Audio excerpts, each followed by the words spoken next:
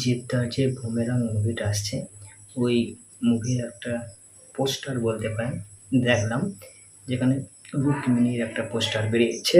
রুক্মিণী মৈত্র মানে ন্যাড়া মাথার, মানে রুক্মিণীর মাথাটা ন্যাড়া, এই ন্যাড়া মাথার একটা পোস্টার, মানে এটা বোঝাই যাচ্ছে যে রোবট রুক্মিণীর পোস্টার এটা।